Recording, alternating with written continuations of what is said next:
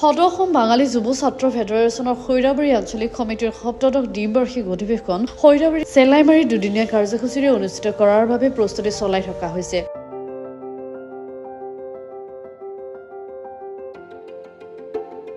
22 আৰু 23 মাৰ্চত হ'বলগীয়া এই অধিৱেশনখনি সুচাৰুৰূপে চলাই নিয়াৰ বাবে ধ্ৰুৱজ্যোতি বড়োক সভাপতি, বাপ্পী চৰকাৰক কাৰ্যকৰী সভাপতি, তন্ময় দেৱনাথ আৰু পল্লৱ তালুকদাৰক যুটীয়া সম্পাদক হিচাপে লৈ 14খন উপসমিতিৰ ইতিমধ্যে এখন শক্তিশালী অভ্যৰ্থনা সমিতি গঠন কৰা হৈছে।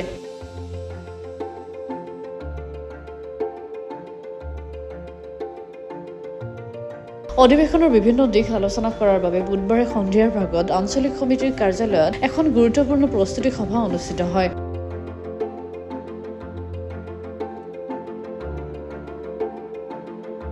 সভাৰ অন্তত অভ্যৰ্থনা সমিতিৰ কাৰ্যালয় আনুষ্ঠানিকভাৱে উদ্বোধন কৰে BTCৰ পৰিষদীয় সদস্য ভৱেন্দ্ৰ বড়োৱে।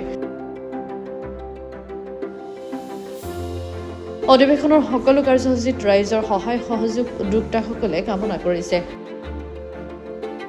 নমস্কাৰ, আমার খৈরাবাড়িত এইবেলি খৈরাবাড়ি সিলাইমারিত তো সারা আসাম বেঙ্গলী যুব ফেডারেশনের খৈরাবাড়ি আঞ্চলিক সমিতির তো সপ্ত দ্বিবার্ষিক আমার এই অধিবেশনকো হবলৈ গৈ আছে।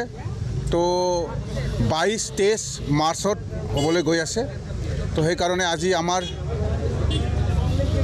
ইয়াৰ প্ৰস্তুতিৰ মানে কি আৰম্ভণি বুলি ক'ব লাগিব। তো আমি আজি কাৰ্যালয় ওপেনিং কৰিলোঁ। তো আজিৰ পৰাই আমাৰ ইয়াত কাম কাজ আৰম্ভ হ'ব।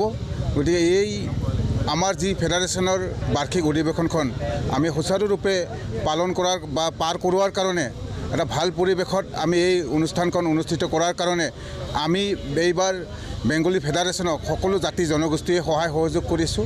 কাৰণ আমি জানো আমি খৈৰাবাৰী অঞ্চলটো এনেকুৱা এটা অঞ্চল, খৈৰাবাৰী অঞ্চলটো বিভিন্ন জাতি জনগোষ্ঠীৰে বসবাস কৰা এটা ডাঙৰ এটা এৰিয়া বা অঞ্চল কৰে। গতিকে ইয়াত অধিৱেশনখন যিহেতু এইবাৰ অনুষ্ঠিত কৰাৰ কাৰণে সিদ্ধান্ত লৈছে, গতিকে আমিও তেখেতসকলক সন্মান জনাই তেখেতসকলৰ অনুষ্ঠানটিত বা তেখেতসকলৰ অধিৱেশনখনত আমিও সহযোগ কৰিছোঁ। গতিকে ইয়াত সকলো ৰাইজে সহায় সহযোগ কৰিছে। 22-23 তাৰিখৰ পৰা ইয়াতে অনুষ্ঠিত হ'ব যিহেতু অনুষ্ঠানটো, গতিকে আমি এই মুহূৰ্তত ৰাইজক সকলোকে সহায় সহযোগ কৰাৰ কাৰণে মই এই ৰিচিপশ্যন সমিতিৰ সভাপতি হিচাপে মই সকলোকে অনুৰোধ কৰিছোঁ। 22 আৰু 23 মাৰ্চত আমাৰ সদৌ অসম বাঙালী যুৱ ছাত্ৰ ফেডাৰেশ্যনৰ খৈৰাবাৰী আঞ্চলিক সমিতিৰ সপ্তদশ দ্বিবাৰ্ষিক অধিৱেশনত আমি এইবাৰ উলহ মালহেৰে আমি উদযাপিত কৰিবলৈ ওলাইছোঁ। আৰু এই অনুষ্ঠানত এই অঞ্চলৰ সকলো জাতি, ধৰ্ম, বৰ্ণ, ভাষা নিৰ্বিশেষে সকলোৱে আমাৰ এই RC কমিটিত অন্তৰ্ভুক্ত হৈছে আৰু সকলোৱে আমাক বিভিন্ন প্ৰকাৰে সহায় সহযোগিতা কৰিব বুলি আমাক আশা প্ৰদান কৰিছে। আৰু যোৱাবেলিত আমাৰ 4,000 পৰা 5,000 মানুহৰ সমাগম হৈছিল।